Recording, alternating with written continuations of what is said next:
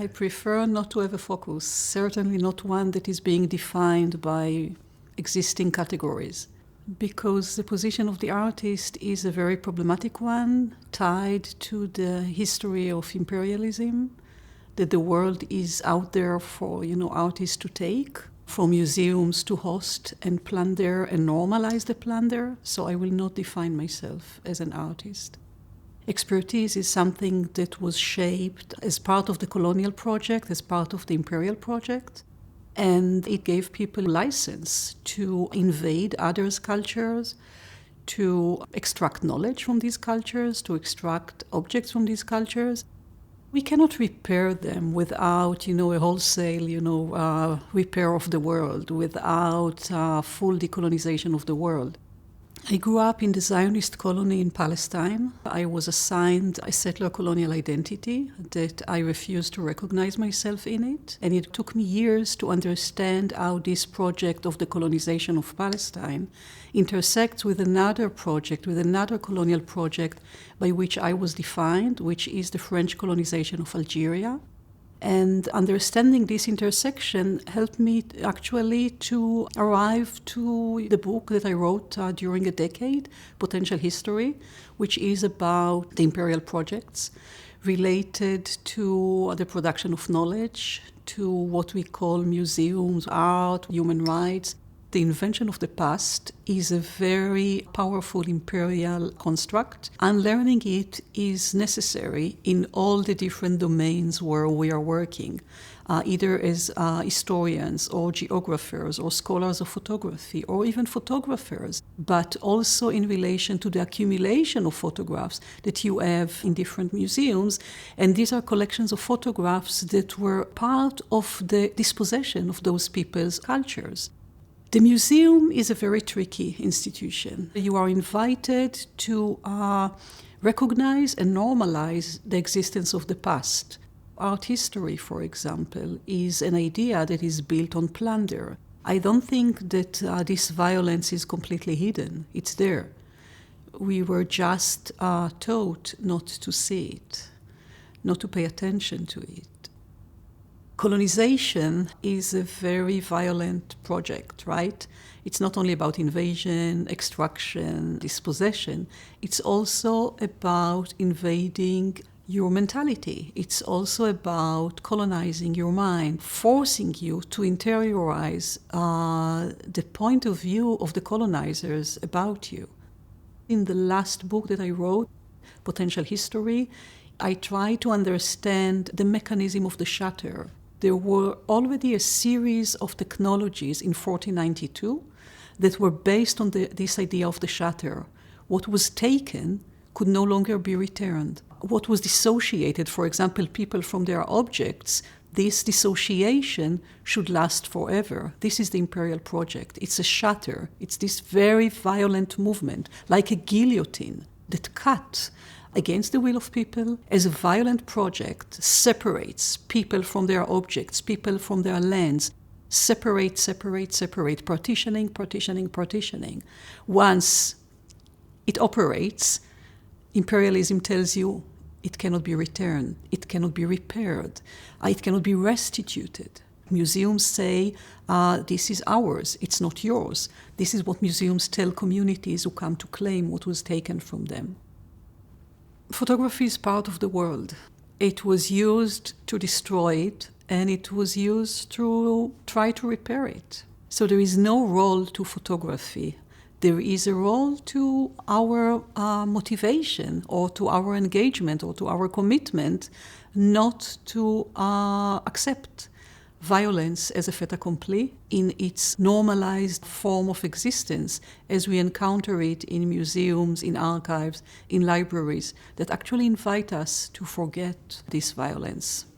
I'm looking at the way that people are refusing to be kept outside of the shutter once the shutter fell down like, a guillotine. They're trying to hold it up, not to let it, be closed after them when they were expelled from their land. The photograph is about a moment that is gone, is something that I reject. So you see a Palestinian who is about to be expelled. And I know that this Palestinian, at the end of the day, was expelled. But I see him refusing. He's not going. There is a procession of Palestinians, and he is standing still, kneeling. He's not going anywhere. He refuses. To relate to this photograph as a document is a document about him as a refugee, right? This is how you will encounter him in the archive. Already a refugee, but he's not a refugee. He's refusing to become a refugee. So this refusal is constitutive to my understanding of photography, because this refusal is a refusal that we must keep alive. We cannot relate to it as over. Okay, so Palestinians lost Palestine and we moved on.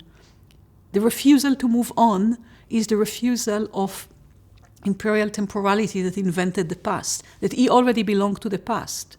And those who are being born there belong to the future. Which future? Empire future.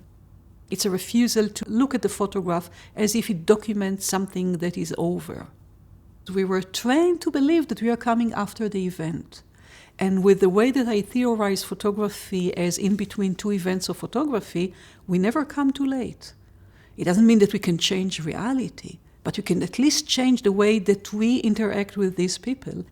Looking at the suffering of others is a problematic approach, because it implies this imperial imaginary that associates certain areas in the world with suffering and associates certain areas in the world with moral approach to these images. Like there are images of suffering, and what are we supposed to do? Who is this we?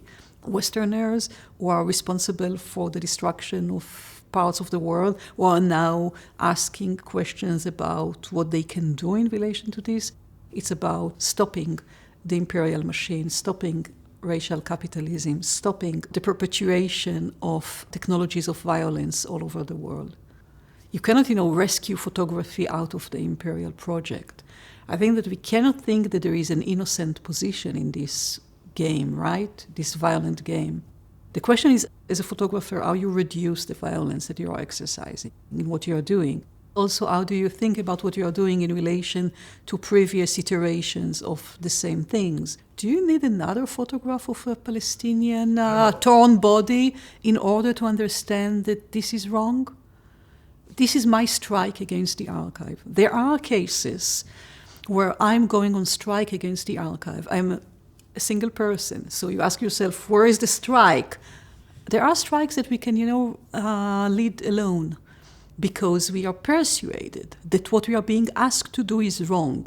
To ask me to show another image of torn Palestinian body in order to convince you that this settler colonial project is wrong means that we have now to cater you rather than to continue the struggle. Why do the Palestinians need to give you another moment of himself or herself in order to persuade you in the obvious? In the civil contract of photography, my motivation was to decenter the position of the photographer. What I try to say is a simple thing. The photographed person is there. The photographed person engages with photography, sometimes no less than the photographer, and sometimes even more. So what I try to do is to undo or unlearn histories and theories of photography that forget the event of photography where these photographs were taken. During the first decades of the colonization of Palestine, cameras were confiscated. Only Zionist photographers were allowed to take photographs. You have the elimination of indigenous photographers. The photographer that is being allowed to take photographs when others are not being allowed to take photographs is already inhabiting an imperial position. The history of photography is built on centuries of violence. What do we do in relation to situations where we see clearly that there was not only not consent, but there was, sheer violence in order to obtain images? I sometimes really don't envy anyone who has to hold their camera in situations that are situations of violence. I'm not saying that they don't have to take photographs. I'm not saying that they have to, but I don't envy them. So what I try to do is to refuse what is there that should be refused. What I'm trying to do is to eliminate what is there that was not eliminated earlier. What I'm trying to do is to juxtapose them with what was eliminated from the frame and should have been there. So what I'm trying to do is to disrespect the frame. And when I'm saying disrespect, it's not that I disrespect photographers. I respect the labor of everybody. But the photograph is not only the property of the photographer. And if there is a photograph that I think that should have not been taken that way, or that should not exist that way without being juxtaposed with another image, the photographer is not the last word about what will be the aftermath of this or that photograph.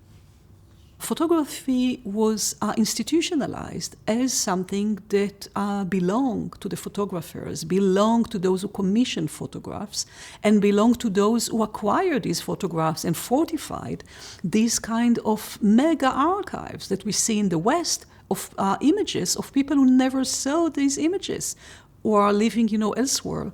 And their cultures were invaded, including through photography. It's this respect of the institutionalization of photography as a private property of those who own the means to keep these photographs as theirs. Today, every image that you look from everywhere in the world is the property of those violent image corporations, even though they have no rights to own this. They own pieces of our shared history as if it was theirs. Photographers are the middle persons. They allegedly own the images, but they don't really own them. But it's not that they are the big, sharks of racial capitalism. Actually, photographers can go on strike. They can go on strike and say, yeah, historically, we were given with the rights for something that doesn't belong only to us. It is shared property. So they can go on strike and expropriate the mega corporations or expropriate the archives from what they hold against other people and say it was recognized as ours, so we claim it now in order to share it, to renegotiate the privileges that they received and to share them with those from whom they were taken. Millions, zillions of photographs that are claimed to be owned by archives, libraries, museums, newspapers, how they can be redistributed. This idea that you can speak for others in those Western media is a very problematic approach to those conflict zones. Maybe you can speak without taking their images. Maybe you can speak with them because they have voice. The fact that they didn't succeed in stopping the violence against them doesn't mean that they were voiceless. We cannot think that violence is something that we discover for others. We have to change the way that we relate to photography. So no, photography will not be the rescuer of the world. There is no rescuer for the world.